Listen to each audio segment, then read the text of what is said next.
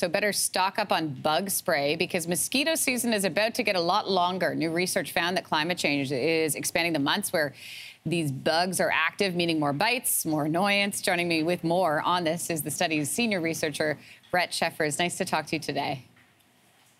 Yeah, thanks for having me. Mosquitoes in the winter. I mean, just me saying that, I don't know. Explain the results of this study. Well, we know that springs are occurring earlier and autumns are occurring later, and right in the middle you have winter, and they're becoming milder. And that's because of climate change.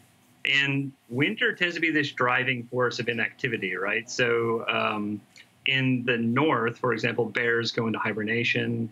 And even here in Florida, which is in the subtropics, a lot of animals just kind of shut down for a couple of weeks or months out of the year because it gets too cold.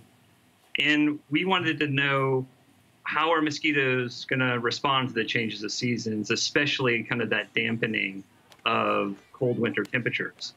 And what we found is that mosquitoes do a really good job of adjusting their tolerance to hot and cold temperatures. And because of that, they should be able to respond favorably to climate change, and which means that they could extend their activity for more time during the year.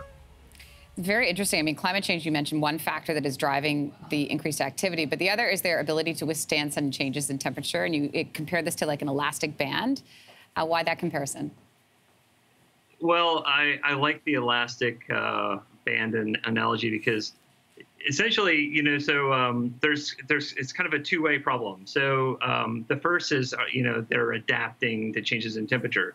And I like to draw a contrast to humans. So my grandpa Sam turns 100 this month. He's on July 27th.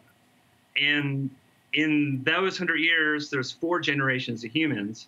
And it only takes 4 weeks for mosquitoes to create 4 generations. So that means dozens of generations in a month's time. And what that means is there's a lot of potential to pass on genetic information in a very short period of time to adapt and to change.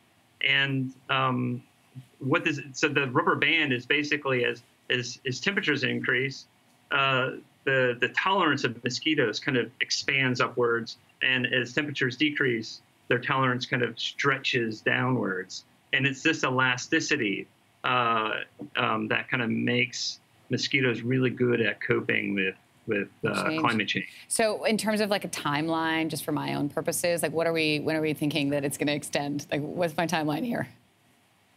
I don't know. I mean, I would just encourage you to buy as much bug spray as you can. Yeah. It's hard to predict, right? Because I mean, climate it ebbs and flows, and I think we have to get a better handle on kind of how climate is changing before we can make an accurate prediction. But I would say in the short term, in the next couple of years, you're probably okay. Okay, thank you. I'll hold on to that for a moment. Happy birthday to your grandfather, by the way, Brett, and thanks for joining us this morning. I appreciate it. Hey, thanks for watching. If you liked this, be sure to subscribe here, or you can check out more Your Morning videos right here.